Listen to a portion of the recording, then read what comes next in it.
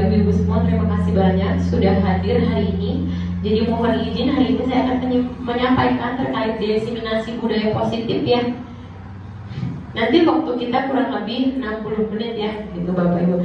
Jadi ini ibu-ibu semua, jadi ini merupakan tugas untuk memenuhi tugas aksi nyata pada modul 1.4 gitu, dimana saya sebagai calon guru penggerak rekognisi angkatan pertama, jadi diminta ataupun mempunyai tugas untuk membagikan informasi ataupun pemahaman tentang budaya positif.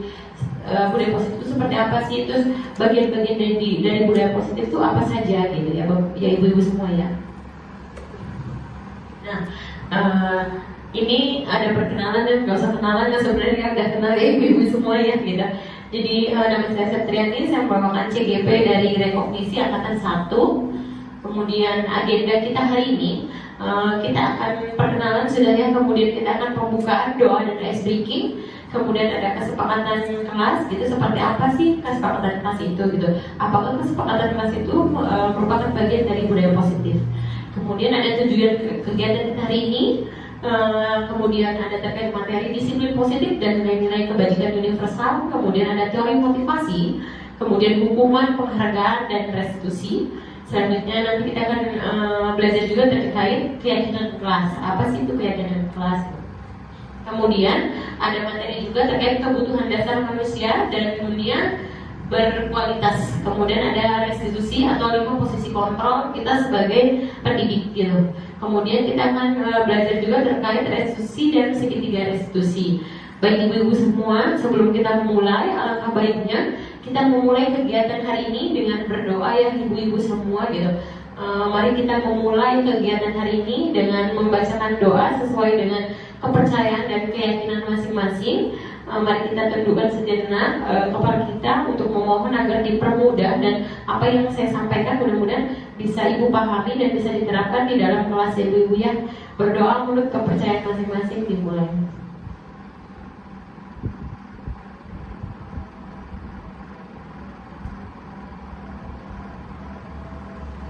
Amin amin ya robbal alamin.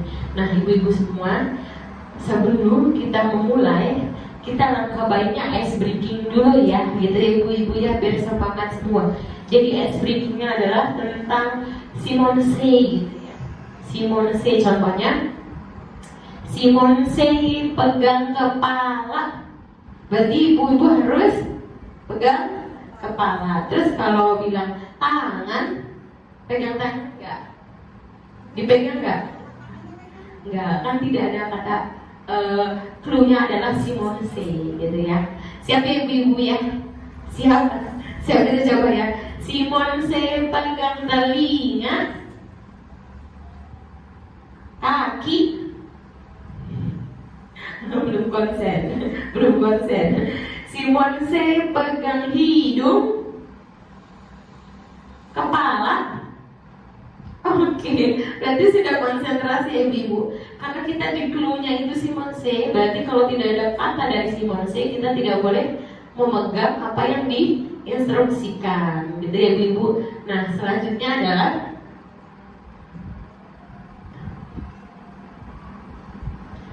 ini ada contoh dari kesepakatan kelas ya ibu-ibu semua. Jadi dalam kegiatan diskusi ini kita nanti seluruh peserta itu memiliki kesempatan untuk berpendapat. Kemudian kita akan berpikiran terbuka dan saling menghormati. Kemudian kita jika ada satu berbicara maka peserta yang lain mendengarkan. Kemudian juga ada berpendapat setelah dipersilakan. Dan kita akan berpartisipasi penuh dan mengikuti sesi kelas dengan perasaan yang gembira. Mudah-mudahan ibu-ibu semua gembira ya hari ini ya, gembira ya. Kira-kira ibu-ibu dari semua yang ini kesepakatan, ada yang ingin ditambahkan kesepakatannya?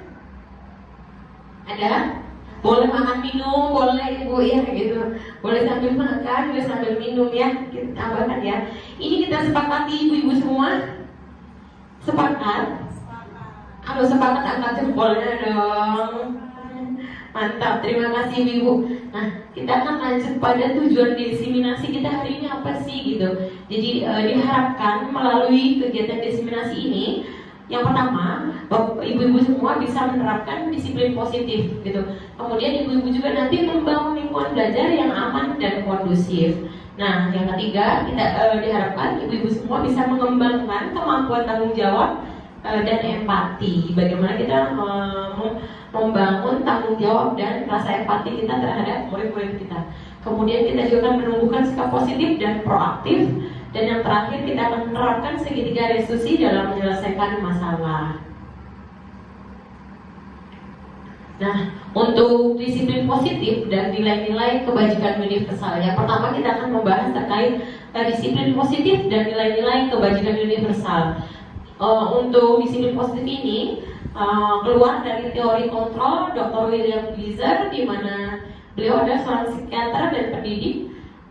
Dr. William Gleiser dalam teori kontrol atau kontrol teori yang kemudian hari berkembang dan dinamakan choice theory gitu, meluruskan beberapa miskonsepsi tentang makna kontrol gitu. Jadi ilusi yang pertama tuh ilusi guru mengkontrol murid. Jadi awalnya itu kita berpikir bahwa ilusi guru mengontrol murid, kita bisa mengendalikan semua perilaku siswa atau perilaku murid-murid kita sesuai dengan keinginan kita, gitu. Jadi miskonsepsinya ada di situ ibu-ibu semua. Kita menganggap bahwa kita sebagai guru kita bisa mengontrol perilaku murid sesuai dengan keinginan kita atau peraturan yang kita buat, gitu. Kemudian yang kedua itu ada ilusi bahwa semua penguatan positif, efektif dan bermakna.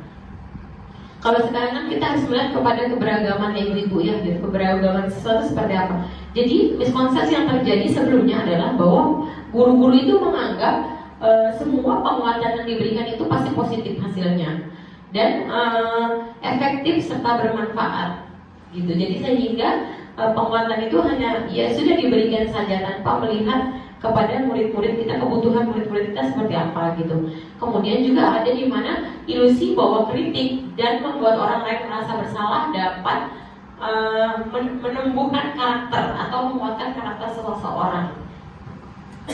Jadi miskonsepsi yang terjadi di dunia pendidikan itu adalah bahwa setiap guru itu dulu itu masih menganggap bahwa dengan memberikan kritikan ataupun membuat orang lain merasa bersalah, murid-murid kita merasa bersalah terhadap perilaku yang sudah dilakukan itu dapat menguatkan karakter murid-murid kita, gitu ya Bu ya. Contohnya bahwa satu anak bersalah memukul temannya, lalu kita langsung memarahin anak ini dan menyalahkan anak, kamu nakal, bla bla bla bla bla bla. Diharapkan itu guru mengharapkan bahwa dengan menyalahkan siswa itu akan menguatkan karakter siswa, atau siswa akan lebih memahami bahwa kesalahan itu pure adalah akibat perlakuannya. Tetapi itu ternyata sebuah miskonsepsi, jadi sebuah kesalahan konsep yang dipahami oleh kita sebagai pendidik ya ibu-ibu gitu. Kemudian juga ada terkait ilusi bahwa orang dewasa memiliki hak untuk memaksa gitu. Jadi sebelum teori ini kita pahami ibu-ibu, mungkin kita masih pola didik kita adalah otoriter gitu. Jadi kita menganggap bahwa karena saya yang lebih dewasa, kita sebagai pendidik, kita sebagai guru, kita itu bisa memaksa anak untuk mengikuti peraturan yang kita buat, ataupun kita mengambil hak-hak murid kita. Sebenarnya murid kita sistem belajarnya kinestetik gitu, tapi kita memaksa dia untuk belajar dengan sistem yang statis gitu ya. Jadi dia tidak bergerak gitu. Kita memaksa dia untuk terus duduk di situ, melihat buku dan lain-lain. Nah itu miskonsepsi yang terjadi gitu. Kemudian ada paradigma stimulus respon. Nah untuk dari Stephen ini pada tahun 1991 mengingatkan bahwa bila kita ingin membuat kemajuan perlahan sedikit-sedikit, ubahlah sikap kita. Jadi kita harus mengubah dulu sikap kita atau perilaku kita sebagai pendidik. Kemudian, namun bila kita ingin memperbaiki cara-cara utama, maka kita perlu mengubah kerangka acuan kita. Ubahlah bagaimana Anda melihat dunia, bagaimana Anda berpikir tentang manusia. Ubahlah paradigma Anda dan skema pemahaman dan penjelasan aspek-aspek tertentu tentang realitas. Jadi ibu-ibu semua, di sini kita akan belajar bagaimana kita merubah paradigma kita dari miskonsepsi yang terjadi menjadi stimulus respon.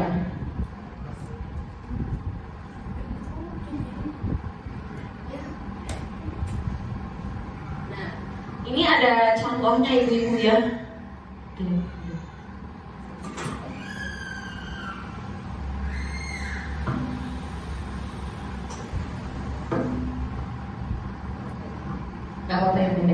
Nih ada contoh stimulus respon, bahwa realitas atau kebutuhan kita sama.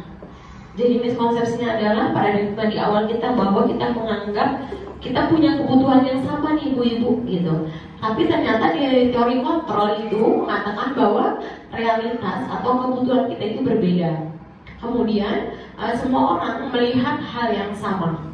Untuk teori kontrolnya, setiap orang memiliki gambaran yang berbeda. Itu pula yang akan terjadi pada murid-murid kita ya ibu ya.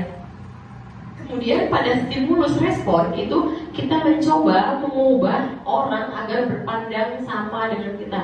Jadi kita itu menuntut murid-murid kita untuk mengikuti pola yang kita buat ataupun aturan yang kita buat tanpa melihat pada kebutuhan siswa. Nah pada teori kontrol kita berusaha memahami pandangan orang lain tentang dunia gitu. Kemudian pada teori stimulus respon ada orang lain perilaku buruk dilihat sebagai suatu kesalahan. Jadi di stimulus respon itu kita berpikir bahwa segala perilaku buruk ataupun yang tidak sesuai dengan norma itu merupakan suatu kesalahan dari murid-murid kita gitu. Tetapi pada teori kontrol kita akan melihat bahwa semua perilaku memiliki tujuan. Jadi meskipun itu perilaku buruk ibu-ibu, tapi itu ada alasan kenapa anak tersebut melakukan hal yang tidak sesuai dengan norma begitu. Kemudian orang lain bisa mengontrol saya. Di stimulus respon itu kita menganggap bahwa orang lain bisa mengontrol saya. Di teori kontrol hanya Anda yang bisa mengontrol diri Anda. Jadi yang bisa kontrol diri kita ya diri kita sendiri. Jadi bukan orang lain yang bisa mengontrol kita. Jadi kita harus bisa mengelola diri kita, kesadaran diri kita itu seperti apa gitu. Posisi kita tuh sebagai apa di sini gitu. Kemudian pada bagian stimulus respon, saya bisa mengontrol orang lain. Nah, di teori kontrol, Anda tidak bisa mengontrol orang lain. Nah, kembali lagi bahwa yang bisa mengontrol diri kita hanya diri sendiri, gitu ya. Kemudian pada stimulus respon ada pemaksaan, ada pada saat bujukan gagal. Nah, di sini pemahaman kita adalah bahwa jika kita mau membujuk murid kita nih, Bu, contohnya murid kita itu tidak mau masuk kelas, terus kita berlakukan bujukan, ayolah nak, masuklah, gitu kan, ayo anak pintar, anak soleh, masuk. Nah, ternyata saat bujukan kita gagal, anak tidak mau masuk, muncullah si pemaksaan ini, kan langsung masukin. Nah, betul, itu di stimulus responnya tuh seperti itu. Tapi di teori kontrol kita diajarkan bahwa kolaborasi dan konsensus menciptakan pilihan-pilihan baru. Jadi kita berikan pilihan-pilihan pada murid. Kalau Anda nggak mau masuk, maunya apa sekarang gitu? Mau main dulu atau mau masuk gitu, atau bagaimana gitu. Jadi kita berikan pilihan ke anak dulu gitu ya. Kemudian pada stimulus respon itu model berpikir menang atau kalah. Di teori kontrol itu model berpikir menang-menang. Jadi kalau di stimulus respon itu kita sebagai pendidik berpikir bahwa ada menang, ada kalah. Jadi ada menangnya di guru, kemudian kalahnya pada murid. Tapi kalau di model berpikir di teori kontrol itu menang-menang. Jadi saling menguntungkan. Jadi pada guru itu diuntungkan, pada murid diuntungkan. Jadi di setiap masalah yang terjadi itu menguntungkan kedua belah pihak.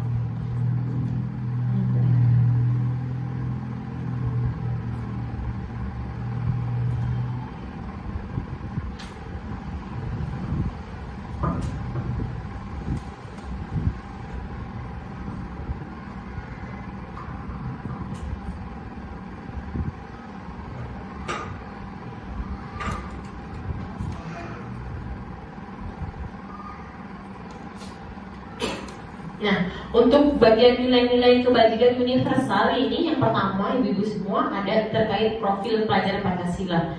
Masih ingat profil pelajar Pancasila? Beriman, bertakwa kepada Tuhan yang Maha Esa dan berakhlak mulia, kemudian mandiri, berpikir bernalar kritis, berkepentingan global, bergotong royong dan kreatif, ada lagunya ya. Kemudian IBO atau Primary Years Program, PYP sikap murid. Jadi nilai-nilai kebajikan universal itu nilai-nilai secara umum. Jadi tidak hanya profil pelajar Pancasila saja, tetapi juga ada terkait sikap murid. Yang pertama itu kita akan mengajarkan murid-murid kita untuk toleransi, kemudian menumbuhkan rasa hormat, integritas, mandiri, menghargai, antusias, empati, keingintahuan, kreativitas, kerjasama, percaya diri, dan komitmen. Jadi itu yang harus kita tanamkan kepada murid-murid kita gitu. Tidak dalam satu waktu ya ibu-ibu, kita harus semuanya ditanamkan ke siswa gitu, tapi bisa per poin-poin. Kemudian yang ketiga itu ada 9 pilar karakter, di mana yang pertama itu ada cinta Tuhan dan segenap ciptaannya, kemudian kemandirian dan tanggung jawab. Selanjutnya ada kejujuran atau amanah dan diplomatis, kemudian hormat dan santun, ada dermawan, suka menolong dan gotong royong, kemudian percaya diri, kreatif dan pekerja keras, kepemimpinan dan keadilan, baik dan rendah hati, toleransi, kedamaian dan kesatuan. Ini secara rincinya ya Bu Ibu. Tapi jika diintegrasikan itu sudah masuk ke profil pelajar Pancasila gitu. Jadi diintegrasikannya itu secara keseluruhannya itu masuk kepada profil pelajar Pancasila.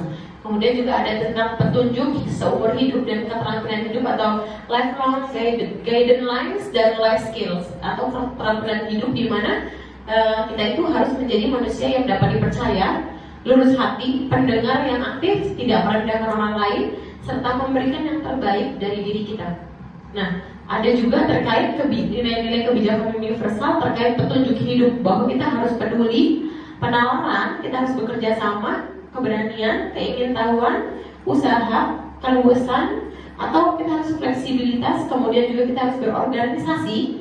Ada juga kesabaran, keteguhan hati, memiliki rasa hormat dan memiliki rasa humor, berinisiatif, integritas, kemudian pemecahan masalah, sumber pengetahuan, tanggung jawab, dan persahabatan. Kemudian juga yang kelima itu dari nilai kebajikan universal ada teori terkait the seven essential virtues, jadi building moral intelligence, di mana ini teori dicetuskan oleh Michael Borba, di mana ada kategori empati, suara hati, kontrol diri, kemudian rasa hormat dan kebaikan serta toleransi dan keadilan. Ini nilai-nilai kebajikan universal. Kemudian ada proyek nilai-nilai kebajikan ya Bu ya gitu. Jadi ada beberapa nih, banyak nih Bu nih, ada peduli, rajin, integritas, rasa hormat, keterus-terangan, keberanian, kebahagiaan, tanggung jawab. Jadi sebenarnya banyak sekali nilai-nilai kebajikan yang bisa kita terapkan pada murid-murid kita. Bukan berarti ya Bu ya dalam satu waktu ibu-ibu tuh borong semuanya nih gitu, tidak. Tapi dalam setiap kegiatan atau setiap hari pembelajaran yang kita berikan, kita bisa menanamkan nilai-nilai kebajikan universal ini. Jadi kita bisa mengintegrasikan nilai-nilai kebajikan universal gitu. Contohnya ibu-ibu itu punya proyek berbagi. Jadi kita kan nanti dari kegiatan berbagi kita bisa mengintegrasikan nilai peduli, kemudian apalagi ya, iya boleh, kemudian ada toleransi gitu kan, kemudian baik hati, kemudian ada juga tenggang rasa gitu. Jadi banyak nilai-nilai kebajikan universal yang bisa kita integrasikan di dalam setiap pembelajaran kita ya Bu ya. Kemudian kita akan masuk pada teori motivasi, hukuman, dan penghargaan serta restitusi. Nah, ada 3 motivasi perilaku manusia. Yang pertama itu untuk menghindari ketidaknyamanan atau hukuman. Jadi motivasi itu ada motivasi intrinsik dan ekstrinsik ya Ibu. Contohnya yang membuat kita untuk melakukan sesuatu atau berbuat sesuatu yang lebih baik lagi, itu ada 3 motivasi perilaku manusia. Yang pertama itu kita sebagai melakukan hal tersebut untuk menghindari ketidaknyamanan atau hukuman. Contohnya, kita datang tepat waktu karena kita menghindari ada SP gitu ya, surat peringatan. Jadi sehingga kita datangnya pagi terus, tidak terlambat gitu. Kemudian kita untuk mendapatkan imbalan atau penghargaan dari orang lain.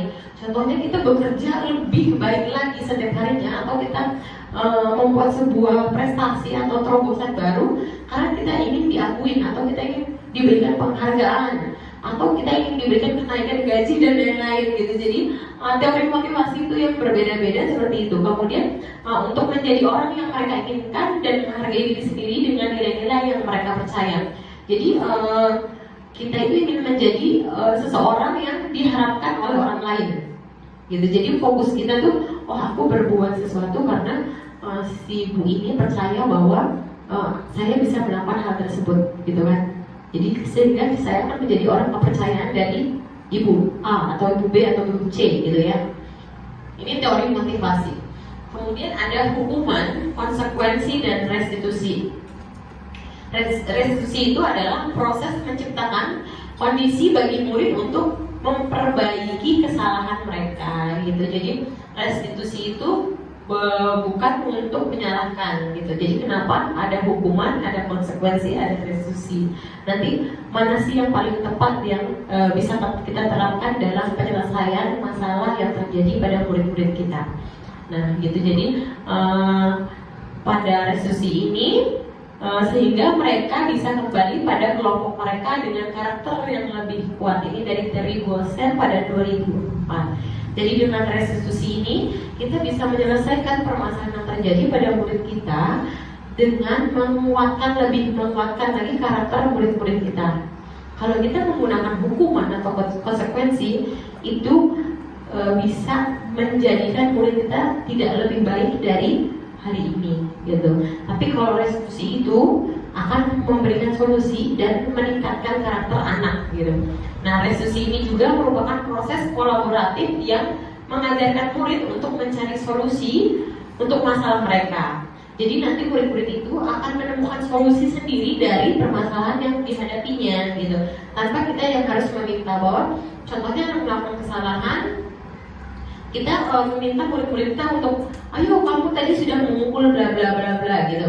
Tapi dengan restitusi kita akan menggali apa yang sudah kamu lakukan terhadap si A, sehingga anak itu nanti mengetahui bahwa oh tadi kesalahan yang terjadi pada diri saya adalah karena saya kesal, saya memukul si A gitu. Jadi dia bisa mengetahui peta posisi diri dia seperti apa. Kemudian dengan restitusi ini juga membantu murid berpikir tentang orang seperti apa yang mereka inginkan gitu. Dan bagaimana mereka harus memperlakukan orang lain.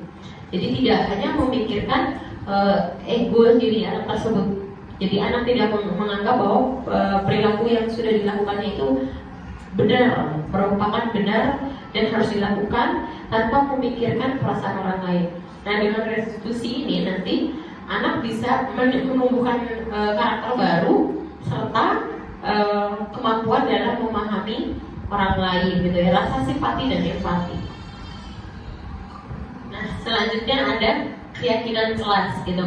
Apa sih keyakinan kelas itu ibu-ibu? Mungkin ibu-ibu tuh sudah sering ya memahami apa keyakinan kelas. Ada keyakinan kelas, kesepakatan kelas, ada peraturan sekolah gitu. Ada yang tahu apa bedanya? Tahu? Ada yang tahu? Nah, jadi kalau untuk keyakinan kelas ini sendiri merupakan nilai-nilai keselamatan atau kesehatan. Inilah yang kita sebut sebagai suatu keyakinan.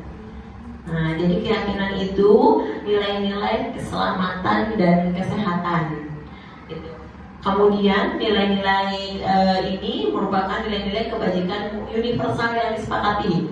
Jadi kembali kepada tadi ada yang nilai-nilai kebijakan universal yang banyak tadi, ada profil belajar Pancasila, ada simpati, empati, tanggung jawab, terus belas kasih, gotong royong dan lain-lain ya. Itu nanti kita keyakinan kelas itu akan ambil dari nilai-nilai kebajikan universal. Kemudian secara tersirat dan tersurat. Jadi nanti nilai-nilai keyakinan kelas itu akan kita buat dalam bentuk poster gitu. Bisa contohnya tuh nanti saya berikan contohnya ya Bu ya gitu. Jadi seperti apa sih membuat keyakinan kelas gitu.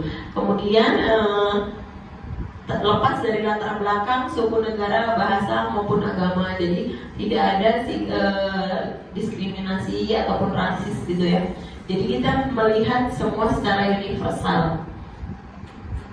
Nilai-nilai kebajikan ini menekankan pada keyakinan seseorang akan lebih memotivasi seseorang dari dalam seseorang akan lebih tergerak dan bersemangat untuk menjalankan keyakinannya gitu, daripada hanya sekedar mengikuti serangkaian peraturan tertulis tanpa makna gitu.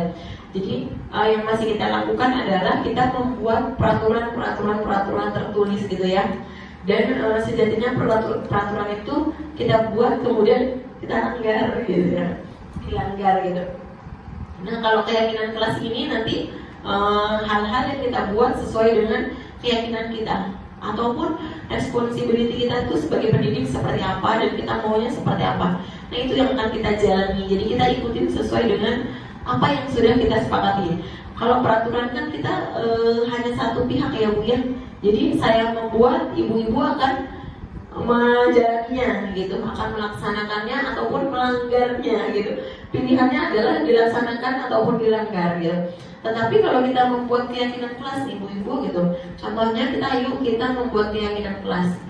Kita mulai dari pagi dulu. Keyakinan kelas kita tuh sebelum masuk sekolah, masuk anak-anak datang apa sih gitu. Contohnya kita punya keyakinan bahwa sebelum kita memulai kegiatan pembelajaran kita akan menerapkan disiplin pada guru-guru kita dengan menyiapkan pembelajaran ataupun datang tepat waktu ataupun menggunakan seragam sesuai yang sudah disepakati. Itu merupakan keyakinan yang kita percaya sehingga ibu-ibu tidak perlu lagi tidak perlu menganggap bahwa oh saya tuh harus datang jam segini karena nanti kalau saya tidak datang jam segini gaji dipotong atau enggak, kalau saya datang terlambat nanti saya tidak ada kenaikan gaji gitu ya. Nah, tapi kalau keyakinan akan menjadi seperti ini. Ini merupakan kewajiban saya sebagai seorang pendidik, sehingga saya harus datang lebih pagi dibanding murid-murid saya.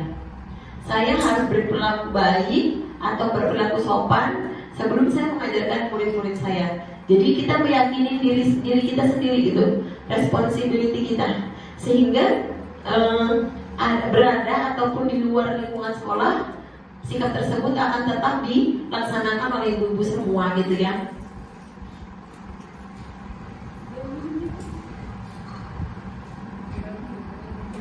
Berikut ada tahapan menciptakan program kebajikan gitu. Yang pertama itu kita akan lihat daftar kebajikan yang telah disusun bersama. Jadi ibu-ibu nanti tadi kan ada nilai-nilai kebajikan universal yang banyak tadi ya gitu. Ibu bisa list tuh, contohnya beriman dan bertakwa kepada Tuhan Yang Maha Esa dan berhalal mulia. Kemudian ada kreatif ataupun inovatif, mandiri, gotong royong. Nah, ibu-ibu tulis dulu tuh nilai-nilai kebajikannya tuh yang banyak itu, baru nanti membuat sebuah keyakinan. Oh, dengan nilai agama itu keyakinan kita bahwa anak-anak pagi harus sholat duha gitu kan, atau kita punya keyakinan dengan anak melakukan sholat duha maka anak-anak bisa memahami nilai-nilai dari nilai agama gitu, dan ini kebajikan universal, sehingga hal tersebut diyakini gitu ya, diyakini untuk dilaksanakan secara bersama-sama. Kemudian itu yang kedua, ada tentukan nilai-nilai kebajikan yang ingin dijadikan perhatian utama di sekolah Anda. Jadi kita fokus pada karakter sekolah kita tuh seperti apa sih, terus kita maunya seperti apa gitu. Jadi setiap lembaga itu punya karakter yang berbeda-beda. Kita tidak bisa menyamakan lembaga kita dengan lembaga orang lain gitu. Ataupun ternyata nanti di lembaga lain itu punya ide yang mungkin bisa kita integrasikan ke dalam pembelajaran, itu juga boleh. Tetapi kita juga harus memodifikasinya gitu, memodifikasinya. Kemudian yang nomor 3, ada sempurnakan beberapa daftar nilai-nilai kebajikan yang utama. Bahas kembali dalam kelompok utama. Jadi kita akan memilih kembali, dari nilai-nilai kebajikan yang sudah kita tulis, mana sih yang contohnya kategorinya tuh mirip-mirip nih gitu. Toleransi dengan menghargai gitu kan. Lalu bagian mana yang paling utama yang ingin kita yakini di dalam keyakinan kelas tersebut gitu.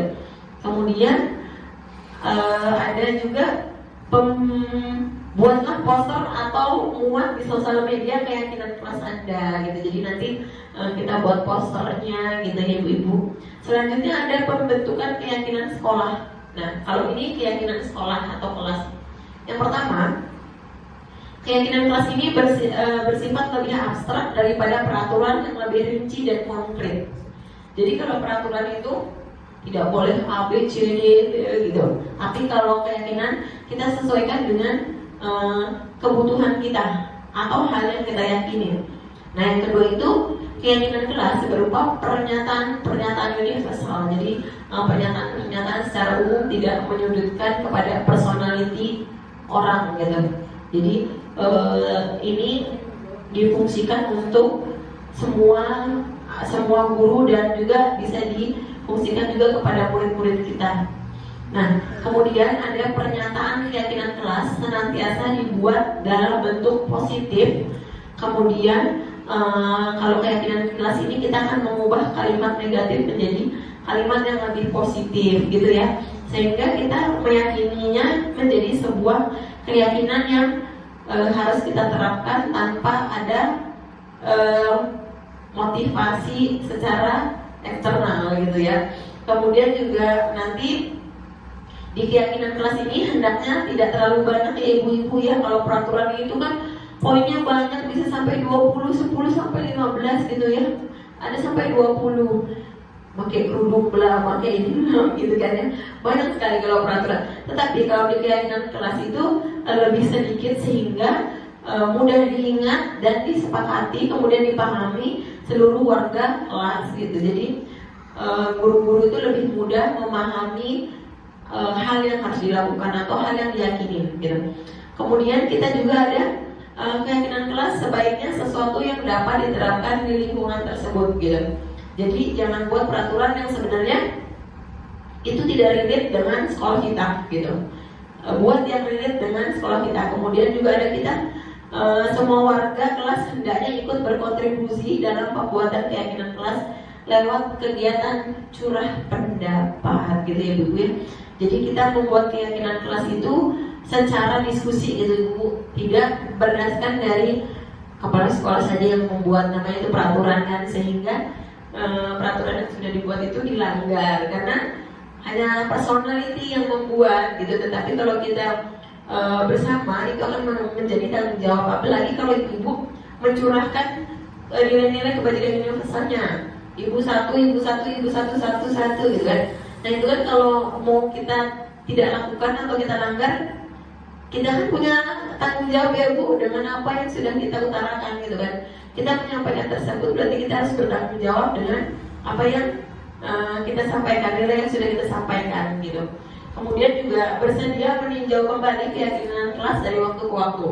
Nah, keyakinan kelas ini juga tidak menutup kemungkinan nanti ada pergeseran ya Bu ya. Pergeseran dalam arti, oh ternyata nilai ini tuh sudah sangat menetap di diri kita. Jadi kita boleh tambahkan keyakinan baru yang kita lihat memang ada kesenjangan di situ.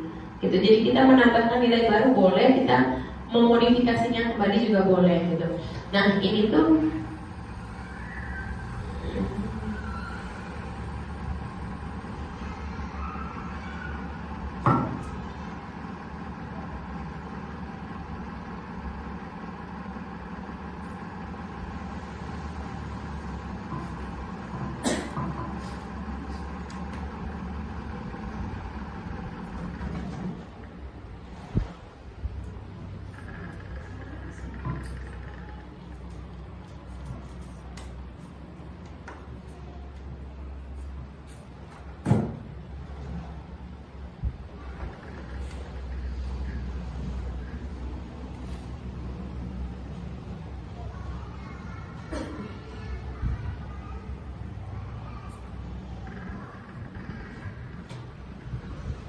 jadi ini contoh dari keyakinan kelas yang bisa kita buat atau kita terapkan bersama murid-murid kita gitu.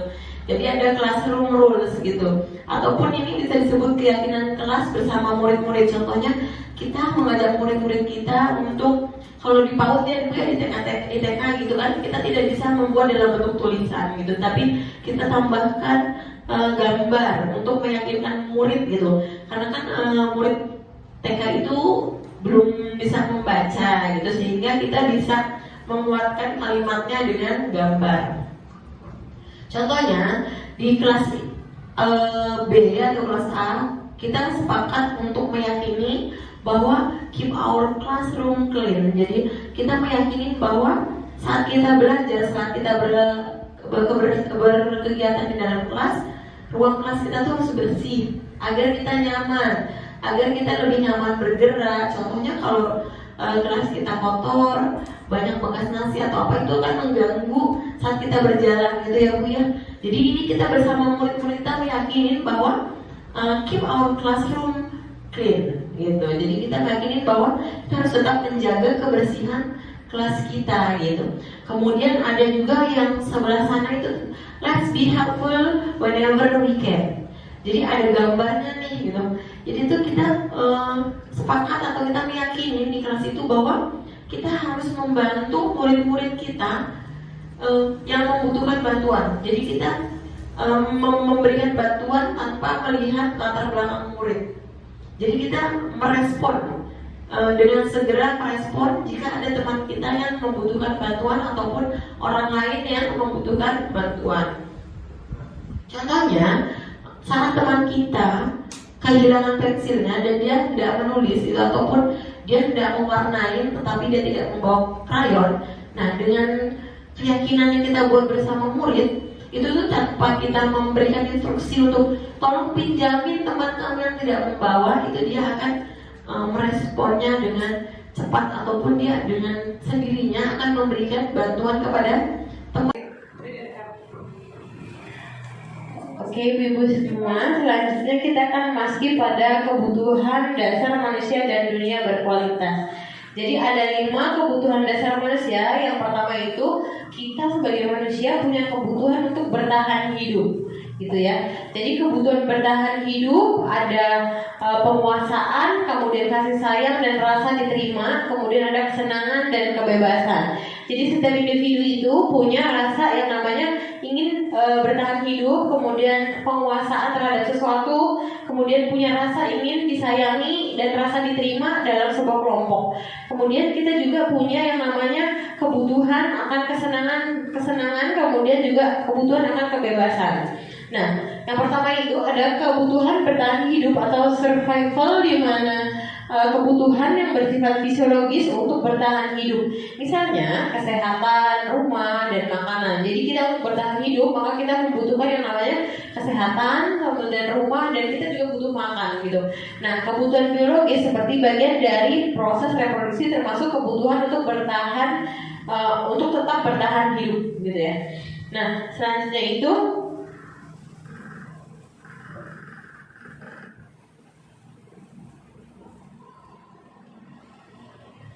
yang kedua ada kasih sayang dan rasa diterima atau kebutuhan untuk diterima, di mana kebutuhan ini ada 3 kebutuhan berikutnya merupakan kebutuhan psikologis gitu. Kebutuhan untuk disayangi dan diterima meliputi kebutuhan akan hubungan dan koneksi sosial gitu. Jadi kita membutuhkan hubungan, koneksi sosial, atau kebutuhan untuk memberi dan menerima kasih sayang, serta kebutuhan untuk merasa menjadi bagian dari suatu kelompok gitu. Jadi dalam sebuah kelompok juga kalau anak murid kita ya bu-ibu ya gitu, mereka juga punya kebutuhan diterima dalam kelompoknya, diterima sama guru-gurunya, kemudian disayang sama temannya, disayang sama gurunya. Itu kemudian ada penguasaan atau kebutuhan pengakuan atas kemampuan gitu ya. Jadi kita apa-apa atau hal apapun yang kita lakukan itu butuh pengakuan terhadap kemampuan yang sudah kita lakukan gitu ya. Jadi kebutuhan ini berhubungan dengan kekuatan untuk mencapai sesuatu menjadi kompeten gitu, menjadi terampil, diakui atas prestasi dan keterampilan kita didengarkan dan memiliki rasa harga diri gitu. Jadi pada penguasaan ini setiap manusia itu punya kebutuhan saat dia melakukan sesuatu itu harus menjadi terampil dan harus berprestasi sehingga orang-orang terdekat kita itu mengakui kemampuan kita. Itu juga berlaku terhadap murid-murid kita ya Bu ya. Jadi dalam kelompok murid-murid kita itu pasti punya kebutuhan di mana dia ingin terlihat lebih baik dari teman-temannya. Nah, itu yang harus kita pahami, bahwa setiap murid itu punya kebutuhan itu. Meskipun kadang ketika kita melihat anak itu dalam kelompok seperti tidak punya keinginan untuk terlihat lebih dari teman-temannya, itu hanya kelihatannya saja gitu. Tapi sebenarnya dia punya kebutuhan pengakuan atas kemampuannya lain gitu. Mungkin tidak dalam bidang akademik gitu ya, tapi dalam keterampilan yang lainnya. Kemudian kita juga ada kebebasan atau kebutuhan akan pilihan, di mana kebutuhan untuk bebas adalah kebutuhan akan kemandirian, otonomi, memiliki pilihan dan mampu mengendalikan arah hidup seseorang ya ibu gitu. Jadi anak-anak dengan kebutuhan kebebasan yang tinggi menginginkan pilihan. Mereka perlu banyak bergerak, suka mencoba-coba, tidak terlalu terpengaruh orang lain dan senang mencoba hal-hal baru dan menarik gitu. Jadi kalau anak punya kebebasan, punya kebutuhan kebebasan, berarti dia tidak suka belajar yang sifatnya hanya duduk di kursi saja gitu, atau dia yang tidak fleksibel belajarnya, ataupun tidak melibatkan motorik kasarnya gitu. Jadi anak-anak yang punya kebutuhan akan kebebasan ini lebih suka belajarnya dengan bergerak gitu. Jadi dia bergerak maka dia akan belajar gitu. Kemudian ada kebutuhan tentang kesenangan atau kebutuhan untuk merasa senang gitu. Setiap orang itu punya kebutuhan untuk mencari kesenangannya seperti bermain dan tertawa gitu. Bayangkan ibu-ibu jika hidup tanpa kenikmatan apapun gitu. Jadi hidup kita flat aja, kita nggak tertawa, kita tidak bermain gitu. Apa rasanya gitu ya? Gitu. Jadi bersama anak-anak murid kita juga kita tertawa itu merupakan sebuah kesenangan gitu. Kadang juga itu kita tuh bertemu anak-anak murid itu menjadi sebuah kesenangan sendiri yang kita rasakan gitu ya. Dan kita berpikirnya bahwa kemungkinan orang melihat kita, aduh dengan anak-anak itu pusing, bla bla bla, mereka berisik dan lain-lain gitu. Tetapi sebenarnya sebagai pendidik kita, kesenangan kita adalah pada murid-murid kita gitu. Nah kemudian pada teori Glasser ini menghubungkan kebutuhan akan kesenangan dengan belajar gitu. Jadi proses belajar yang menyenangkan. Nah selanjutnya ada restitusi 5 posisi kontrol gitu. Yang pertama itu ada kontrol sebagai penghukum, pembuat rasa bersalah, teman, pemantau, dan manajer. Nah kalau penghukum dan pembuat masalah ini, pembuat rasa bersalah merupakan motivasi esentif dengan identitas gagal gitu, identitas gagal. Kalau yang ke teman dan pemantau serta manajer ini identitas berhasil gitu. Jadi jika posisi kita ada di sebagai teman, sebagai pemantau dan manajer, ini akan menjadi posisi yang berhasil atau berhasil kita terapkan kepada murid-murid kita gitu. Kemudian ada segitiga restitusi nih ibu-ibu gitu. Jadi segitiga restitusi itu ada 3 step. Yang pertama itu kita akan menstabilkan identitas, yang kedua akan validasi tindakan, kemudian menanyakan keyakinan. Jadi yang pertama itu sebelum kita mengejar si anak bahwa dia berbuat salah, kita harus menstabilkan identitasnya terlebih dahulu dengan kita semua akan melakukan hal terbaik yang bisa kita lakukan. Jadi ada beberapa kalimat-kalimat atau kata kunci yang bisa kita ajukan kepada murid kita untuk menstabilkan identitasnya. Salah satunya kita menempatkan posisi kita bahwa semua orang itu bisa melakukan hal terbaik yang bisa dilakukannya, ataupun kita bisa mengatakan dengan kamu gini, semua orang bisa berbuat salah seperti itu. Ibu juga pernah melakukannya gitu. Tapi kamu juga bisa menambahkan sikap-sikap yang baru. Nah itu kita menstabilkan identitas anak dulu. Dalam arti kita menerima dulu nih si anak gitu. Kemudian kita ada validitas tindakan. Jadi semua perilaku memiliki alasan. Pada validitas tindakan ini kita akan menanyakan alasan mengapa si anak melakukan hal tersebut. Gitu. Jadi setelah anak menyatakan bla bla bla bla bla, lalu kita tanyakan, ibu tahu kamu sebenarnya anak yang baik gitu. Kamu bisa melakukan hal yang lebih baik dari ini gitu. Tapi kamu melakukan hal tersebut pasti kamu mempunyai alasannya gitu. Jadi kita menanyakan kenapa sih si anak ini, contohnya jika dia merusak barang temannya, dia punya alasan kenapa dia merusak barang temannya gitu. Jadi kita tidak melulu saat dia merusak barang temannya kita langsung bilang kamu nakal merusak barang teman kamu tuh salah, tidak boleh begitu gitu ya. Jadi kita menanyakan dulu kenapa kamu mematahkan pensil teman kamu, atau kenapa kamu merusak mainan teman kamu gitu. Kemudian kita akan menanyakan keyakinan. Jadi kita tanyakan dulu keyakinan pada si anak gitu, bahwa kita semua memiliki motivasi internal. Dalam artian kita akan mengkonfirmasi ke anak bahwa apa hal yang sudah kamu lakukan itu sesuai dengan keyakinan kamu gitu. Jadi menanyakan kebenaran dari apa yang dilakukannya gitu. Nanti anak menjawab enggak sih Miss, contohnya nanti kita akan bahas ada kasusnya gitu ya. Enggak sih Miss, enggak, aku sebenarnya nggak boleh begitu. Nanti anak itu akan menemukan bahwa aku tuh sebenarnya tidak boleh melakukan hal tersebut gitu. Aku harus meminta maaf kepada teman aku karena aku berbuat salah. Atau aku tuh melakukan ini, tadi kan ada validitas tindakan yang kalau dia menyatakan bahwa saya tuh bosan atau saya marah. Nah nanti di menanyakan keyakinan itu akan ada solusi yang ditemukan oleh si anak. Jadi memangnya kalau kamu merasa bosan, kamu harus merusak barang teman kamu. Hal apa yang bisa coba kita renungkan tindakan kita gitu. Hal apa yang bisa kita lakukan untuk mengatasi kebosanan yang kita rasakan, atau hal apa yang bisa kita lakukan untuk mengatasi rasa marah kita. Nah di situ kita akan menanyakan keyakinan kepada anak. Jadi anak akan menyampaikan hal yang harus saya lakukan itu seperti ini gitu. Di sini juga nanti anak akan menemukan solusi dari permasalahan yang dihadapinya. Nah selanjutnya ini ada contoh kalimat pada penerapan segitiga restitusi. Jadi ibu-ibu contohnya gimana sih ngasih kalimat pada menstabilkan identitas anak tuh gitu di awal ya Ibu ya. Jadi yang pertama kita stabilkan identitas anak terlebih dahulu dengan bertanya, berbuat salah itu tidak apa-apa nak gitu. Tidak ada manusia yang sempurna. Jadi kita tuh menerima dulu kesalahan si anak nih sebelum kita menghakimi si anak nih gitu.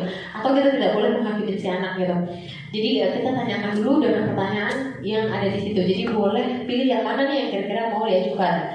Saya juga pernah melakukan kesalahan seperti itu. Jadi kita menyamakan bahwa setiap orang itu memang pernah melakukan kesalahan. Atau kejadian seperti itu juga pernah kita lakukan gitu. Jadi anak merasa oh iya bahwa itu merupakan suatu kesalahan yang semua orang pernah lakukan, tapi kita tidak boleh melakukan hal tersebut. Kita harus punya solusi untuk mengatasi permasalahan yang kita alami gitu. Kemudian ada juga yang kalimat dengan kita bisa menyelesaikan ini, atau bapak atau ibu tidak tertarik mencari siapa yang salah di sini. Contohnya kan berkelompok ya Bu ya, jadi kita tidak menyalahkan si A si B gitu. Jadi ibu tidak tertarik untuk mencari siapa yang salah di antara kalian gitu, tapi ibu ingin mencari solusi dari permasalahan ini. Jadi kedua pilihan itu sama-sama diberikan kesempatan untuk menemukan solusinya gitu. Kemudian kamu berhak merasa begitu. Apakah kamu sedang menjadi teman yang baik buat dirimu sendiri gitu. Nah setelah itu kita akan validasi tindakan dengan kalimat-kalimat seperti ini. Padahal kamu bisa melakukan yang lebih buruk dari ini ya gitu. Jadi kita memvalidasi tindakan dia gitu, bahwa dia melakukan hal tersebut gitu. Kemudian kita juga menanyakan, kamu pasti punya alasan mengapa melakukan hal itu. Jadi ibu-ibu nanti tinggal dipilih aja kalimat mana sih yang paling tepat yang kita gunakan saat ada anak melakukan kesalahan gitu. Kemudian ada juga kalimat bahwa kamu patut bangga karena dirimu sendiri, karena kamu telah melindungi sesuatu yang penting buat kamu. Kamu boleh mempertahankan sikap itu, tapi kamu harus menambahkan sikap yang baru. Jadi contohnya tuh kalau anak itu emosi dan lain-lain, kamu boleh mempertahankan sikap emosi kamu, tapi kamu juga harus menambahkan sikap yang barunya gitu. Dalam artian menetralkan ataupun mengatasi rasa emosinya itu dengan apa gitu. Kemudian kita akan menanyakan keyakinan. Di tahap terakhir itu kita akan menanyakan keyakinan kepada anak bahwa dengan kalimat apa yang kita percaya sebagai kelas atau keluarga. Jadi merupakan keyakinan yang kita buat secara bersama-sama ya Bu ya gitu. Kemudian apa nilai-nilai umum yang telah kita sepakati, kembali kepada kesepakatan tadi itu, kesepakatan kelas, keyakinan kelas gitu. Kemudian apa bayangan kita tentang kelas yang ideal. Jadi sebenarnya kita tuh menginginkan kelas ideal tuh seperti apa gitu. Jadi kan itu membuat anak untuk berpikir, oh iya ya, dengan aku merusak barang teman, atau aku marah kepada teman, memukul teman dan lain-lain, apa itu yang ideal di kelas, apa hal tersebut baik dilakukan di kelas gitu ya. Kemudian ada kalimat yang terakhir itu, kamu mau jadi orang seperti apa gitu. Jadi kamu tuh maunya seperti apa sih gitu. Terus dia kan nanti akan menyampaikan, aku maunya disayangin teman-teman. Aku maunya teman-teman itu tidak marah kalau aku bergabung dengannya. Aku tuh maunya teman-teman itu kalau main ngajak aku gitu. Jadi di situ nanti akan muncul keyakinan dirinya seperti apa. Selanjutnya, ini ada contoh kontekstual dengan lingkungan nilai-nilai kebajikan universal yang sudah diterapkan ya Bu ya gitu. Jadi contohnya kan tadi ada program pelajaran Pancasila, bahwa kita punya keyakinan bahwa nilai agama gitu ya, nilai beriman bertakwa kepada Tuhan Yang Maha Esa gitu, kita bisa lakukan dengan beribadah sholat duha gitu. Kemudian juga dengan berbagi gitu ya. Tadi kita menumbuhkan rasa toleransi, rasa belas kasih, rasa simpati, empati dengan berbagi dengan temannya. Kemudian nilai-nilai kebajikan universal yang bisa diterapkan seperti nilai kerjasama, gotong royong dalam sebuah permainan gitu.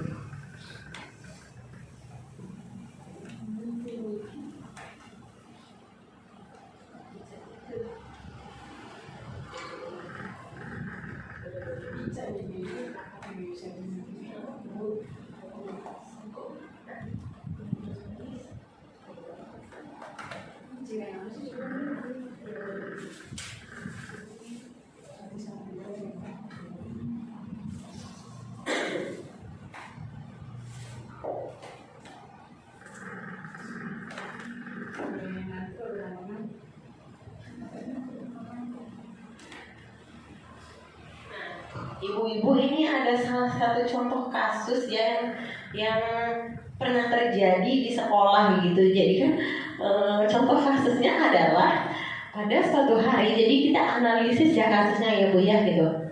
Pada suatu hari di kelas, Axel dan teman-temannya sedang bermain dengan balok kayu. Kemudian mereka membangun menara yang tinggi bersama-sama. Namun ketika teman-temannya sedang sibuk mengambil balok lain, Axel dengan sengaja mendorong menara tersebut hingga roboh. Ya. Teman-temannya marah dan mulai menangis karena menara yang mereka bangun dengan susah payah hancur gitu. Kemudian kita sebagai guru itu melihat kejadian ini dan mendekati Axel untuk menanyakan apa yang terjadi gitu ya Bu ya. Biasanya kalau kita menggunakan stimulus respon, kita kan langsung bilang, kamu nih gitu ya, mainan temennya malah rusak gitu kan. Itu kalau kita menggunakan stimulus respon gitu. Tapi jika kita gunakan teori kontrol gitu, kemudian kita menerapkan segitiga restitusi dalam penyelesaian masalah, maka kita yang pertama akan menstabilkan identitasnya terlebih dahulu. Jadi kita dekatin dulu anak ini, kemudian dengan tenang dan berkata bahwa kami tahu kamu adalah anak yang baik dan biasanya kamu sangat suka membantu teman-temanmu. Miss tahu kamu tidak bermaksud untuk membuat teman-temanmu marah. Miss percaya kita bisa menyelesaikan masalah ini. Jadi itu menstabilkan identitas dulu. Jadi kita menerima dulu nih kesalahan si anak tadi yang merobohkan menara gitu ya. Walaupun dalam hati mah terkadang kalau kita menggunakan stimulus respon, kita juga pasti akan marah ya. Menara udah tinggi main dirobohin aja nih anak gitu. Gimana temennya nggak marah gitu. Tentu respon kita akan kepada menyalahkan si anak yang mendorong tadi ya Bu ya. Meskipun si anak sendirian, karena kalau dilihat secara stimulus respon ini akan menjadi hal yang salah gitu, hal salah yang dilakukan anak gitu. Kemudian kita validasi dengan tindakan gitu. Kemudian guru melanjutkan dengan berkata, tapi tadi lihat kamu mendorong menara yang sudah teman-temanmu bangun. Kamu pasti punya alasan kenapa melakukan hal itu. Jadi kita tanyakan dulu kenapa gitu.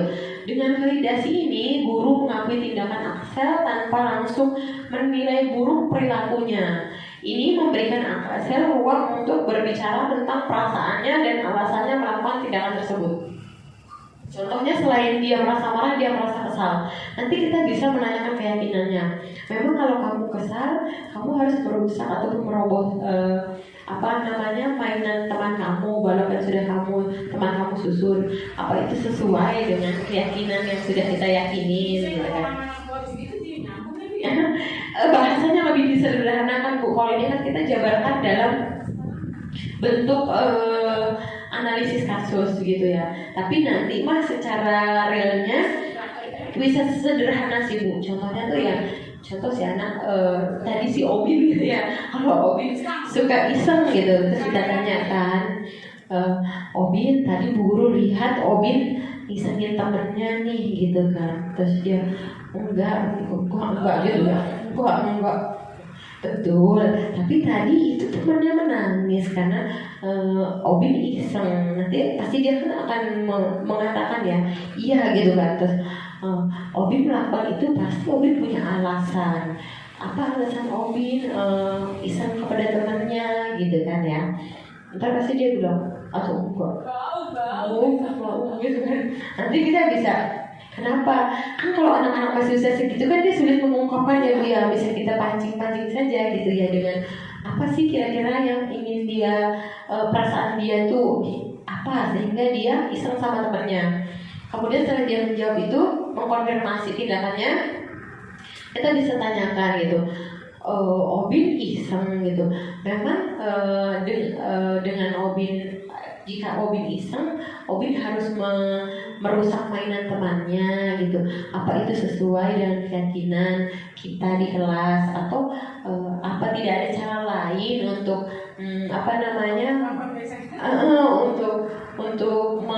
menyalurkan keisengan Obin gitu kan.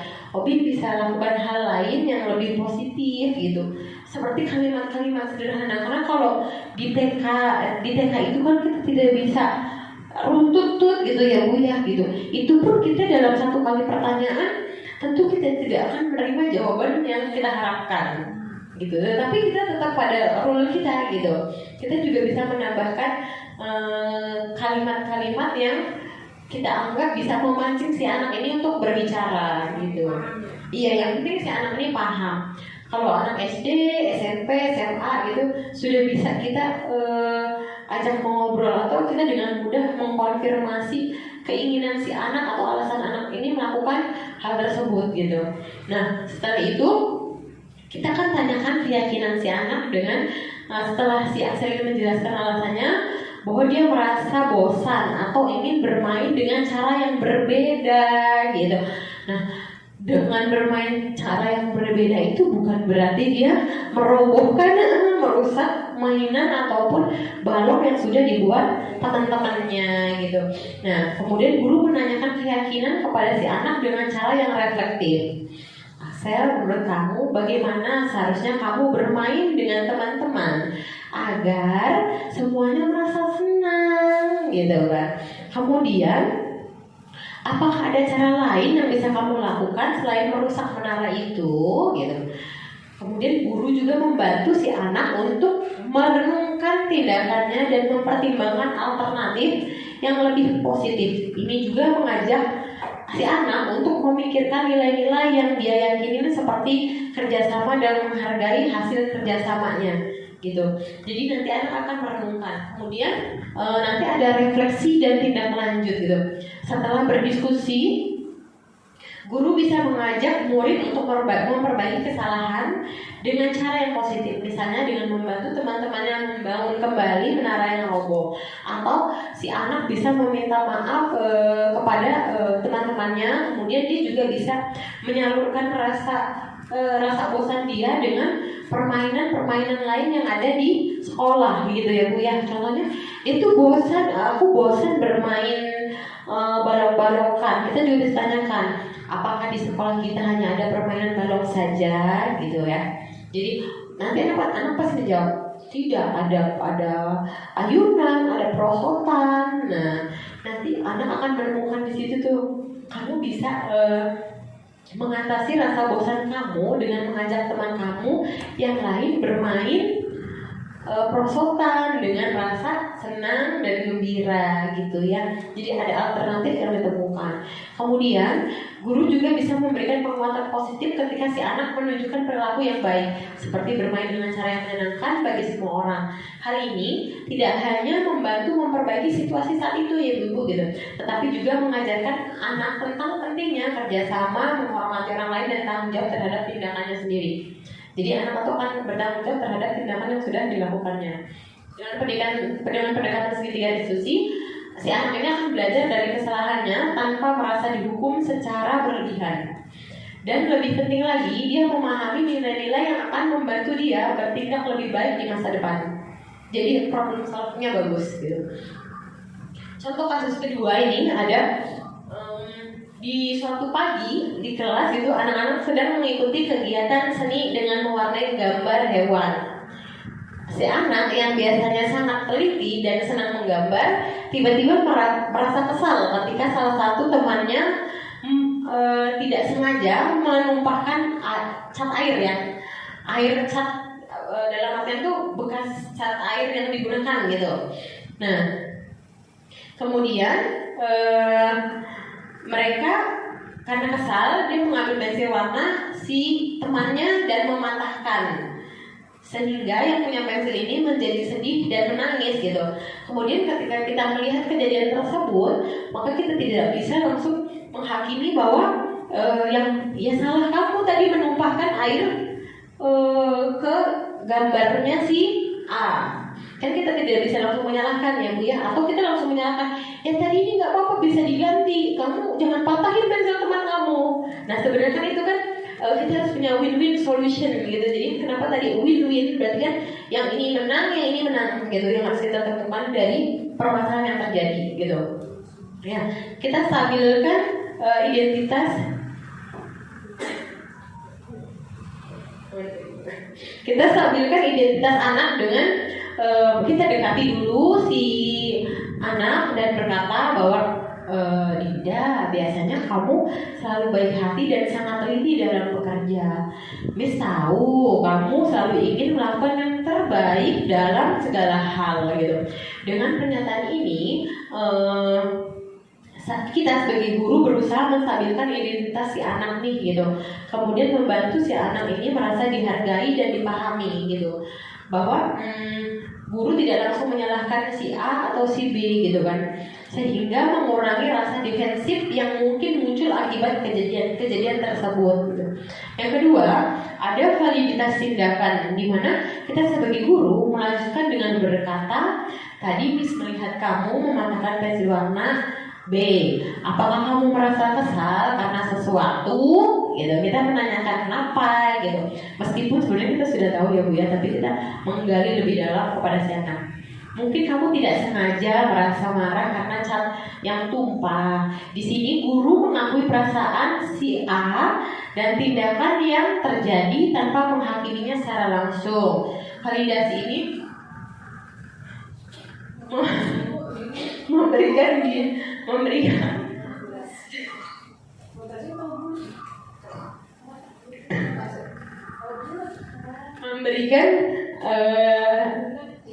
si A kesempatan untuk mengungkapkan perasaannya dan alasan di balik tindakannya, sehingga si A merasa didengar dan dipahami.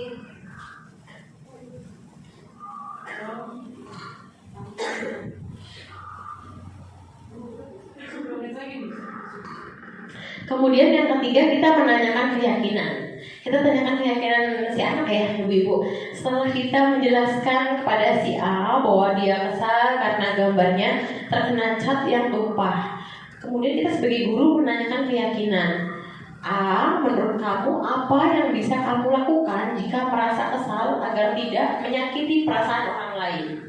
Gitu. Jadi kita menanyakan alternatif yang bisa dilakukan saat dia merasa kesal. Gitu. Bagaimana cara yang lebih baik untuk mengatasi perasaanmu gitu. Dengan pertanyaan ini, guru mengajak A untuk berpikir tentang tindakan alternatif yang lebih konstruktif gitu, konstruktif untuk perbaikan gitu ya Bu ya. Dan sesuai dengan nilai-nilai seperti menghargai teman, mengendalikan emosi dan menjaga perasaan orang lain.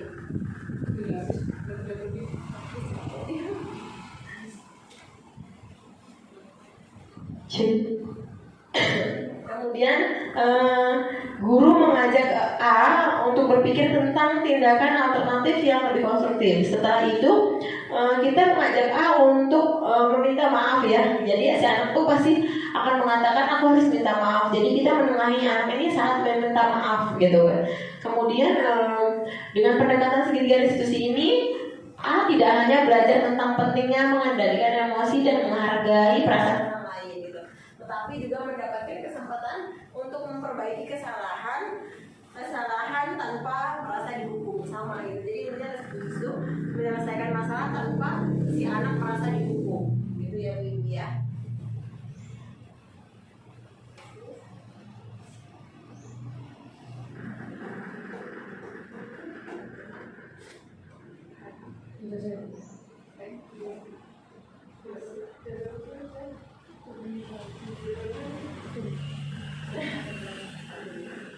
Nah, ibu-ibu, materinya sudah selesai ya terkait budaya positif. Sejauh ini ada yang ingin ditanyakan?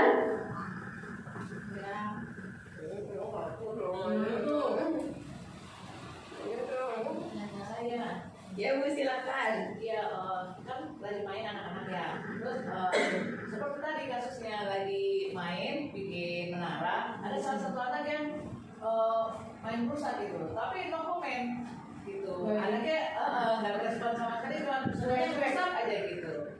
Ya.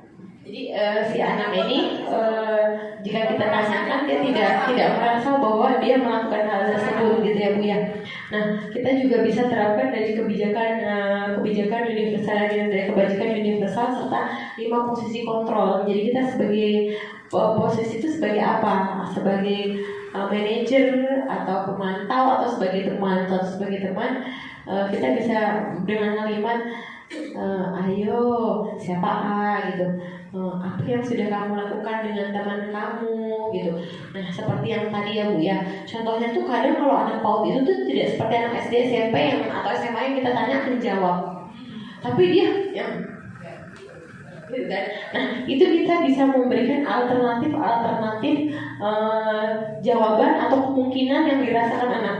Contohnya kesal sama temannya, marah sama temannya, gitu ya Bu ya, marah. Nanti pasti dia kalau dia marah terus dia ngantuk. Nah dari situ kita bisa pancing lagi gitu. Kalau anak masih tidak mau menjawab, berarti kan kita harus yang memberikan kalimat positif untuk anak. Jadi ada hal positif yang bisa kita lakukan kepada anak. Contohnya kesal gitu kan. Kemudian anak tidak menjawab, tidak merespon saat kita bilang marah sama temannya. Kita bisa yang menjelaskan apa dengan saat kamu merasa marah, apa satu-satunya cara yang bisa kamu lakukan adalah merusak barang-barang teman kamu. Diam lagi, kita kan ya. Nah nanti kita bisa sampaikan lagi bahwa saat kamu marah ada hal-hal lain yang bisa kamu lakukan gitu. Kamu bisa robek-robek kertas gitu. Jadi bukan berarti itu kalau anak tidak merespon, yaudahlah biarin aja gitu ya. Jadi kita berusaha menggali. Kadang tuh memang di anak TK, PAUD itu tuh meskipun 5 sampai 6 tahun Bu, ada yang gini aja nggak mau gitu. Nah itu tuh memang kita yang tugas kita mengedukasi dengan memberikan kalimat-kalimat positif yang bisa diterima si anak gitu Bu. Tapi tetap kita tidak menghakimi si anaknya gitu. Nah kalau ibu nanti menghakimi si anak, contohnya kamu ya, temennya lagi main kamu yang saya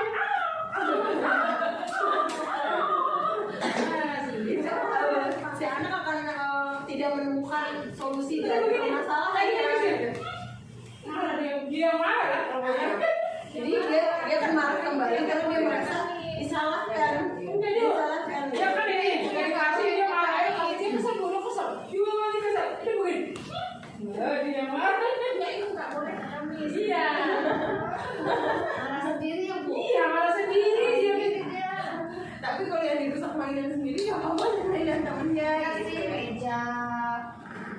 Buku dilempar-lempar. Itu juga bisa pakai segitiga diskusi ya, divalidasi dulu pertanyaannya kenapa gitu. Apa kamu marah? Apa kesal? Jadi kita tanyakan dulu. Kayaknya kayak senang aja kan main sama. Iya, belum mau. Ya itu karena kalau nggak bisa ngerespon kita harus kasih kalimat-kalimat positif ya sampai pasti anak tuh ngerespon. Nggak ngomong tuh pasti. Ya kan dia kalau anak berarti itu. Kan anak-anak tuh umur segitu. Susah dibilang iya, susah ya. Susah sih coba ini. Aktif banget kadang-kadang. Ya karena dia itu yang ya karena anaknya pintar. Iya kayak sih pintar namanya fokus itu nggak bisa lama. Jadi ya. Nggak pulang nanya lagi terus. Jadi ya berikan kalimat-kalimat positif ya Bu ya. Cukup Ibu, ada yang ditanyakan? Cukup. Baik Ibu, terima kasih banyak. Semoga kedepannya kita bisa sama-sama memperbaiki tadi stimulus respon menjadi teori kontrol ya Bu ya. Jadi kita bisa menerapkan budaya positif di sekolah kita dari hal-hal yang paling sederhana gitu. Jadi kita bisa pelan-pelan memperbaiki ataupun menerapkan budaya positif di sekolah atau di kelas kita masing-masing ya Bu ya. Terima kasih banyak atas waktu yang sudah diberikan. Mudah-mudahan apa yang disampaikan hari ini bisa bermanfaat ke depannya. Kurang lebihnya saya. Assalamualaikum warahmatullahi wabarakatuh. Saya Siti Damalia Yasin akan memberikan umpan balik terkait diseminasi budaya positif yang dipaparkan oleh Miss Tria. Dari kegiatan ini saya menjadi tahu sebagai pengajar harus dapat memahami bagaimana karakter anak sehingga kita bisa mendorong kreativitas anak dengan kalimat-kalimat yang lebih baik lagi. Selain itu juga dapat mengetahui apa itu perbedaan dari kesepakatan kelas dan juga peraturan kelas yang sesuai dengan nilai-nilai profil pelajar. Assalamualaikum warahmatullahi wabarakatuh. Di sini saya akan memberikan umpan balik hasil dari kegiatan diseminasi budaya positif. Budaya positif di sekolah bertujuan untuk menumbuh kembangkan motivasi intrinsik warga sekolah. Dari kegiatan diseminasi budaya positif, saya jadi mengetahui perbedaan keyakinan kelas dan kesepakatan kelas. Juga bisa mendorong siswa saat berdiskusi agar mereka lebih berperan aktif saat kegiatan belajar mengajar. Terus juga bisa murid mampu membuat kesepakatan kelas sesuai dengan nilai-nilai profil pelajar Pancasila. Murid mampu menjalankan kesepakatan yang dibuat dan terjadi perubahan sikap disiplin positif siswa kepada murid atau guru terhadap murid lain.